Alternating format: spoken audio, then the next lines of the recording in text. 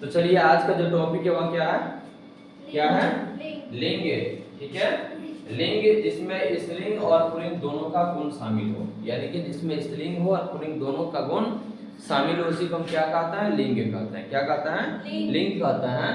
तो इसकी परिभाषा संज्ञा या सर्वनाम या क्रिया, संज्ञा सर्वनाम या क्रिया के जिस रूप से, यानी कि संज्ञा सर्वनाम या क्रिया के जिस रूप से किसी व्यक्ति वस्तु या भाव की जाति जो स्त्रीलिंग और पुल्लिंग यानी कि नर और मादा, क्या है जो नर और मादा दोनों का गुण जिसमें शामिल हो या दोनों का बोध कराए, उसी को हम क्या कहते हैं क्या कहते हैं लिंग कहते हैं। ठीक है, जैसे यह एक संस्कृत भाषा का शब्द है, यानी कि लिंग जो है किसका शब्द है संस्कृत भाषा का एक शब्द है जिसका अर्थ होता है चिन्ह या निशान। क्या होता है जिसका अर्थ होता है चिन्ह या निशान, जो किसी संज्ञा का ही रूप है। यानी कि यह जो है चिन्ह या निशान किसी संज्ञा का ही होगा ना। मानकर चलिए कोई वस्तु अगर हो गया तो वस्तु क्या है संज्ञा है, वस्तु क्या है संज्ञा है। तो संज्ञा कोई व्यक्ति क्या है संज्ञा है, कोई जगह जो है वो क्या हो गया संज्ञा हो गया। ये सब चिन्ह या निशान जो होगा यह किसका होना चाहिए संज्ञा का ही होता है। तो परिभाषा हो गया संज्ञा सर्वनाम या क्रिया के जिस रूप से किसी व्यक्ति वस्तु या भाव की जाति स्त्रीलिंग और पुल्लिंग का बोध कराए, यानी कि नर और मादा का बोध कराए, उसी को हम क्या कहते हैं लिंग कहते हैं। क्या कहते हैं लिंग कहते हैं। और यह एक संस्कृत भाषा का शब्द है। किसका शब्द है संस्कृत भाषा का एक शब्द है जिसका अर्थ होता है चिन्ह या निशान, यानी पहचान, जिसको हम कहते हैं जो किसी संज्ञा का ही होता है। आगे क्लियर। उसके बाद प्रश्न पूछेगा कि लिंग के कितने भेद होता है। ठीक है, तो कहीं कहीं 2 को देगा और कहीं कहीं 3 को देगा। तो जहाँ 2 को देगा वहाँ 3 नहीं रहेगा, तो वहाँ पे स्त्रीलिंग और पुल्लिंग 2 को देखिएगा। और जहाँ पे 3 अगर दिया हो वहाँ पे 3 को लिखिएगा स्त्रीलिंग पुल्लिंग और नपुंसकलिंग। अब हम ही देखेंगे कि स्त्रीलिंग किसे कहते हैं। यानी कि स्त्रीलिंग का मतलब होता है कि जिसके माध्यम से स्त्री जाति का बोध हो। किसका बोध हो स्त्री जाति का बोध हो, उसे हम क्या कहते हैं स्त्रीलिंग कहते हैं। जैसे रानी, जैसे स्त्रीलिंग में आ जाएगा रानी। रानी लड़का है कि लड़की है लड़की है तो स्त्रीलिंग हुआ कि नहीं हुआ। उसके बाद है आपका बालिका। बालिका क्या है इसमें स्त्रीलिंग में हम क्या लिखेंगे बालिका।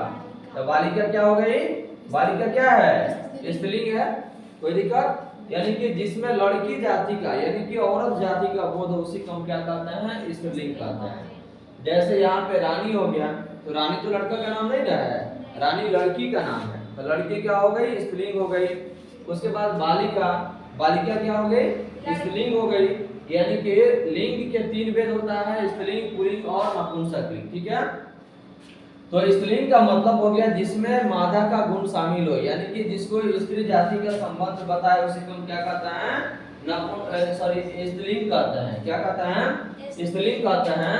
जैसे यहाँ पे बालिका हो गया तो लड़की हो गई, स्त्रीलिंग हो गया। ठीक है, अब चलिए यहाँ पे पुरुष जाति में चला जाए। पुल्लिंग किसे कहते हैं, यानी कि जिस शब्द से पुरुष जाति का बोध हो, उसी को हम क्या कहते हैं क्या कहते हैं पुल्लिंग कहते हैं। यानी कि जिस शब्द से पुरुष जाति का बोध हो, उसी को हम क्या कहते हैं पुल्लिंग कहते हैं। क्या कहते हैं पुल्लिंग कहते हैं। ठीक है, जैसे अगर लड़का लिख दिए तो लड़का क्या है पुल्लिंग है स्त्रीलिंग है लड़का क्या है पुल्लिंग है, क्योंकि वो पुरुष जाति को दर्शा रहा है, इसलिए लड़का क्या हो गया लड़का क्या हो गया पुल्लिंग हो गया। उसी प्रकार से अगर लड़का के बदले अगर राजा कहा जाए तो राजा कौन होगा राजा कौन होता है पुल्लिंग होता है। राजा कौन होता है पुल्लिंग होता है। तो उसको दर्शाने में तो कोई दिक्कत नहीं है। तो आप स्त्रीलिंग और पुल्लिंग समझ गए ना। अब उसके बाद देखिए नपुंसकलिंग। नपुंसकलिंग जिसमें स्त्रीलिंग और पुल्लिंग दोनों का गुण शामिल नहीं हो, उसी को हम क्या कहते हैं नपुंसक लिंग कहते हैं। जिसमें स्त्रीलिंग और पुल्लिंग दोनों का गुण शामिल नहीं है उसी को हम क्या कहते हैं? नपुंसक लिंग कहते हैं।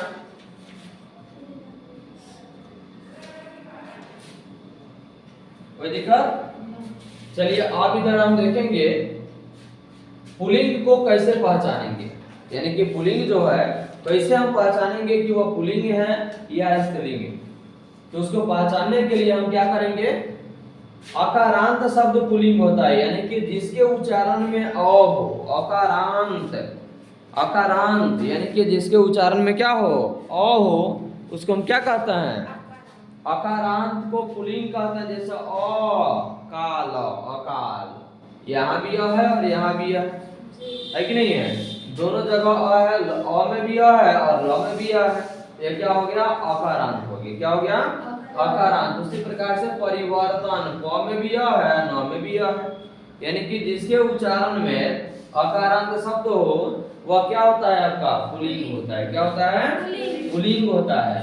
पुल्लिंग शब्द पहचानने का आसान तरीका है कि जिसके अंत में यह अकारांत शब्द जो भी होता है वह सब क्या होता है? पुल्लिंग होता है। जैसे अकाल, अ में भी अ है, ल में भी अ है, तो ल और अ दोनों मिल गया तो ये क्या हो गया? अकारांत शब्द हो गया। क्या हो गया? अकारांत शब्द हो गया। तो ध्यान में इतना रखिएगा कि अकारांत शब्द को हम क्या कहते हैं? पुल्लिंग कहते हैं। पहचानने का तरीका, उच्चारण देखिएगा कि कहां पर अ का उच्चारण दिख रहा है। अगर जहां पे अ दिखे समझ आए कि वह कौन सा है? पुल्लिंग है। जैसे यहाँ पे अकाल, अकाल हो गया, यानी कि अ में भी अ है और ल में भी अ है, तो यह क्या हो गया? अकारांत शब्द हो गया। तो यह सब क्या हो गया? आपका पुल्लिंग शब्द हो गया। कोई दिक्कत? उसके बाद है आकारांत शब्द भी पुल्लिंग होता है। जैसे आकारांत, बुढ़ापा, पा में आ है तो बुढ़ापा, यह क्या हो गया? आकारांत। देखिए यहाँ पे अ, यहाँ पे हो गया आ, अ है और आ है। जहां पे देखिएगा कि जिसके उच्चारण में अ आए वह क्या है? पुल्लिंग है। या जिसके उच्चारण में आ आए, पा, बुढ़ापा, लड़का, आ, दिखावा, आ आया ना, ये सब क्या हो जाएगा? आपका पुल्लिंग हो जाएगा। क्या होगा? पुल्लिंग होगा। अब हम भी देखेंगे कि स्त्रीलिंग पहचानने का तरीका कैसे है। पुल्लिंग तो पहचान लिए ना कि पुल्लिंग को हम कैसे पहचानेंगे? कैसे बताइए? जैसे जिसके उच्चारण में अ आए या अकारांत शब्द हो, या जिसके उच्चारण में आ आए, यह सब क्या हो गया? आपका पुल्लिंग पहचानने का तरीका आ गया। कोई दिक्कत? उसके बाद का टॉपिक है अब स्त्रीलिंग कैसे हम पहचानेंगे। पुरुष तो पहचान लिए ना, लेकिन स्त्रीलिंग को कैसे हम पहचानेंगे? तो स्त्रीलिंग को पहचानने का जो तरीका है यह इकारांत शब्द है। इकारांत मतलब छोटी ई, अरे समझ में, छोटी ई। तो इकारांत शब्द अनुमति, अनुमति में क्या हो गया? छोटी ई हो गया। तो ती में हाँ सही है। तो जहां देखिएगा कि जिसके उच्चारण में छोटी ई शामिल हो वो कौन सा शब्द हो जाएगा? स्त्रीलिंग हो जाएगा। क्या होगा? स्त्रीलिंग होगा। जैसे पूर्ति, पूर्ति में भी छोटी ई है, वह क्या हो जाएगा? आपका स्त्रीलिंग हो जाएगा। उसके बाद इकारांत, यानी कि आपका छोटी इकारांत और बड़ी इकारांत और उकारांत अगर मिल जाए किसी भी शब्द के उच्चारण में तो समझिए कि वह कौन सा शब्द है? स्त्रीलिंग है। कौन सा है? स्त्रीलिंग शब्द है। जैसे इकारांत यानी कि बड़ी इकारांत शब्द कैसा होता है? स्त्रीलिंग होता है।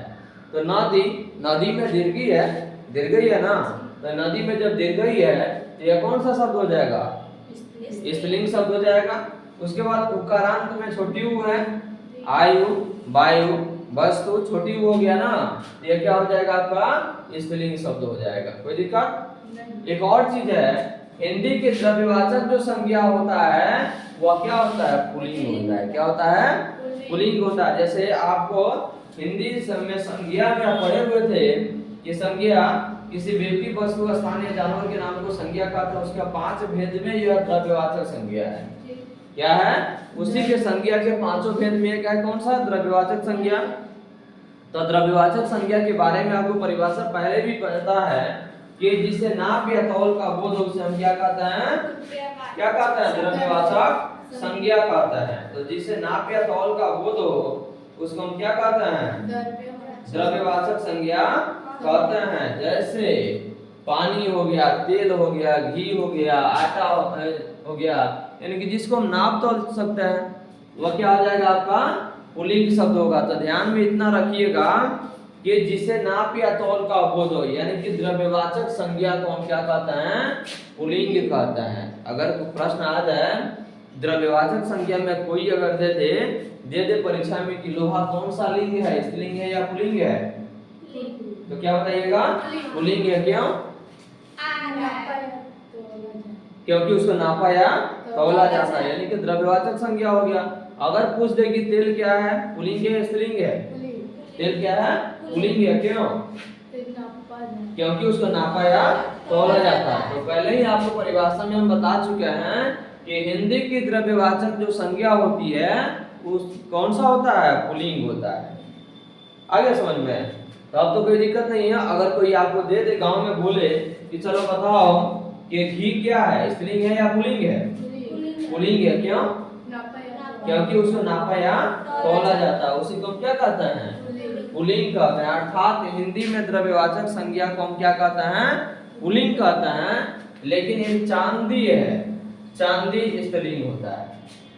चांदी जो है एक स्त्रीलिंग होता है, जो कि स्त्रीलिंग में यह चांदी जो है द्रव्यवाचक संज्ञा में यह एक अपवाद है, यही जो पुल्लिंग नहीं होकर के बल्कि क्या हो जाता है, क्या होता है, स्त्रीलिंग हो जाता है। चांदी क्या है, चांदी स्त्रीलिंग है। आपको पहले परिभाषा पता है कि हिंदी की द्रव्यवाचक संज्ञा को पुल्लिंग हम कहते हैं, यह हिंदी के द्रव्यवाचक संज्ञा पुल्लिंग होता है। लेकिन उसी में एक चांदी है, उसको भी तो हम नाप तोल सकते हैं ना। तो चांदी है, तो चांदी को हम क्या कहते हैं, स्त्रीलिंग कहते हैं, क्योंकि चांदी एक अलग है, यानी कि यह द्रव्यवाचक संज्ञा में चांदी एक अलग हट करके है, ठीक है ना। ये चांदी अलग हट करके है, इसलिए क्या हो गया आपका, चांदी एक अपवाद में स्त्रीलिंग होता है। नहीं तो बाकी सब क्या होता है, बाकी सब पुल्लिंग होता है। क्या होता है, पुल्लिंग होता है। उसके बाद हम ये देखेंगे कि लिंग निर्णय के सामान्य तरीका क्या है। सामान्य माने आसान तरीका क्या है कि हम कैसे उसको पहचान लेंगे, या कैसे उसको लिंग के अलग अलग हम कर देंगे कि स्त्रीलिंग है या पुल्लिंग है। तो देखिए, जिन शब्दों के अंत में त्व, ना, आ, आटा, भाव, आव, औड़ा, पन इत्यादि प्रत्यय लगता हो, ठीक है ना। यानी कि जिन शब्द के अंत में, पहले नहीं, जिन शब्द के अंत में, यानी कि उपसर्ग पहले लगता है, प्रत्यय बाद में लगता है। तो जिन शब्दों के अंत में त्व, ना, आ यानी कोई भी प्रत्यय लगा हो, जैसे कि आव, औड़ा, पन इत्यादि प्रत्यय लगता हो, तो वह क्या होता है, पुल्लिंग होता है। क्या होता है, पुल्लिंग होता है। उसी प्रकार से आपका जैसे यहाँ पे आप जानते हैं,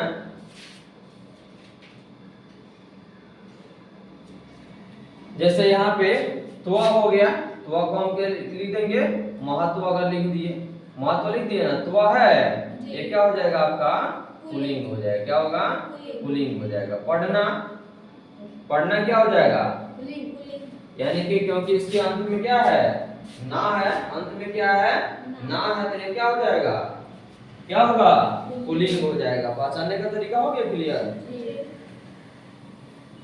अब दूसरी तरीका समझिए, जिन शब्दों के अंत में आई, आवत, आस, आहट इत्यादि, ई यानी कि बड़ी, तो, नी, री, ली इत्यादि अगर प्रत्यय लगा हो, तो उसको हम क्या कहते हैं, प्रत्यय लगता हो तो वो क्या होता है, स्त्रीलिंग होता है। क्या होता है, स्त्रीलिंग होता है। जैसे महंगाई, महंगाई में क्या है, आई है, महंगाई में क्या है, आई है। तो महंगाई में आई प्रत्यय लगा हुआ है, इसलिए क्या हो जाएगा, यह स्त्रीलिंग हो जाएगा। अगर प्रश्न पूछे कि भलाई, भलाई कौन सा शब्द है, स्त्रीलिंग है या पुल्लिंग है, तो आप क्या बताइएगा, क्या है, भलाई क्या है, स्त्रीलिंग है। क्यों, क्योंकि इसमें आई प्रत्यय लगा हुआ है। क्या है, क्योंकि इसमें आई प्रत्यय लगा हुआ है। उसके बाद हंसी, हंसी में बड़ी लगा हुआ है, ये प्रत्यय हो गया। आप यहाँ जानते हैं कि इकारान, आ गया समझ में, पहले बताया ना, इकारांत शब्द स्त्रीलिंग होता है। तो यहाँ पे हंसी, हंसी में बड़ी है तो बड़ी इकारांत शब्द हो गया। तो नदी में जैसे इकारांत है तो हंसी में भी बड़ी है, हंसी में है ना, ये क्या हो जाएगा आपका स्त्रीलिंग शब्द हो जाएगा। क्या हो जाएगा स्त्रीलिंग शब्द हो जाएगा, कोई दिक्कत। उसके बाद है पुल्लिंग पहचानने का एक तरीका है, इसमें कुछ स्त्रीलिंग जो होता है या अकारांत शब्द भी कुछ स्त्रीलिंग होता है जो तत्सम के रूप में होता है। जो तत्सम के रूप में रहता है वह क्या होता है, कुछ ऐसे शब्द है जो कि क्या है बताइए, कुछ ऐसे अकारांत शब्द, अकारांत नहीं आकारांत, जो कि पहले बताए हैं कि अकारांत शब्द पुल्लिंग होता है। जैसे बुढ़ापा, बुढ़ापा हो गया ना, तो बुढ़ापा में आ हो गया, तो यह क्या हो गया आपका पुल्लिंग हो गया। लेकिन जो तत्सम शब्द होता है उसका आकारांत शब्द जो होता है वह क्या होता है स्त्रीलिंग होता है, कोई दिक्कत। जैसे कि आकारांत शब्द में यह आपका आ गया कि कुछ तत्सम होते हैं, कुछ शब्द जो तत्सम होते हैं या तत्सम के रूप के हैं वे आकारांत में अगर हो तो वह क्या कहलाता है स्त्रीलिंग होता है। क्या होता है स्त्रीलिंग होता है, कोई दिक्कत हो तो बोलिए। तो इस तरह से परिभाषा आपका हो गया। उसके बाद नपुंसक लिंग तो समझते ही हैं, जिसमें पुरुष और मादा दोनों का गुण शामिल नहीं हो, ठीक है, या दोनों का गुण शामिल हो, उसी को हम क्या कहते हैं नपुंसक लिंग कहते हैं। यानी कि जिसमें पुरुष और स्त्री दोनों का, जैसे डॉक्टर, देखिए यहाँ पे नपुंसक लिंग में बता रहे हैं, जैसे डॉक्टर हो गया, डॉक्टर हो गया ना, तो डॉक्टर क्या है स्त्रीलिंग भी है और पुल्लिंग भी है ना। लेकिन हम अगर लेडीज डॉक्टर के पास जाते हैं तो स्त्री पुरुष स्त्री डॉक्टर कहते हैं, और पुरुष डॉक्टर के पास जाते हैं तो ये क्या कहते हैं पुरुष डॉक्टर कहते हैं। तो इसमें नर और मादा दोनों का गुण शामिल है कि नहीं शामिल है, दोनों का गुण शामिल है। हम जानने के बाद ना कहते हैं कि वो डॉक्टर लेडीज है या जेंट्स है, यानी कि पुरुष है या महिला है, लेकिन हम तो एक ही कहते हैं कि डॉक्टर के पास जाना है। डॉक्टर के पास जाना का मतलब ये हो गया कि डॉक्टर आपका दोनों में आ गया, नपुंसक लिंग में हो गया, या आपके अपनी भाषा नहीं है, यह विदेशी भाषा है, ठीक है ना। डॉक्टर जो है यह विदेशी भाषा है, जो कि शब्द के रूप में पढ़ाएंगे ना तो उसमें यह सारे क्लियर कर देंगे। यह नपुंसक लिंग में आपका आ जाएगा जिसमें स्त्री और पुरुष दोनों का गुण शामिल हो, समझ में आ गया ना। उसी को हम क्या कहते हैं नपुंसक लिंग कहते हैं। अभी देख लिए लिंग तो संज्ञा सर्वनाम या क्रिया के जिस रूप से किसी व्यक्ति वस्तु या भाव की जाति स्त्री या पुरुष का बोध उसको हम क्या कहते हैं लिंग कहते हैं। और यह संस्कृत भाषा का एक शब्द है जिसका अर्थ होता है क्या चिन्ह या निशान। क्या होता है चिन्ह या निशान, जो किसी संज्ञा का ही होता है। आगे समझ में ना, जो किसी संज्ञा का ही होता है। अब इसके तीन को भेद होता है, स्त्रीलिंग पुल्लिंग और नपुंसक लिंग। तो स्त्रीलिंग में जिसमें स्त्री का गुण हो, पुल्लिंग जिसमें पुरुष का गुण हो, और नपुंसक लिंग जिसमें स्त्री और पुरुष दोनों का गुण शामिल हो, यानी कि दोनों का गुण शामिल हो, उसी को हम क्या कहते हैं नपुंसक लिंग कहते हैं। और इसको स्त्रीलिंग और पुल्लिंग पहचानने का सारा तरीका आपको हम इसमें समझा दिए हैं, जिसको अंत तक जरूर देखेंगे।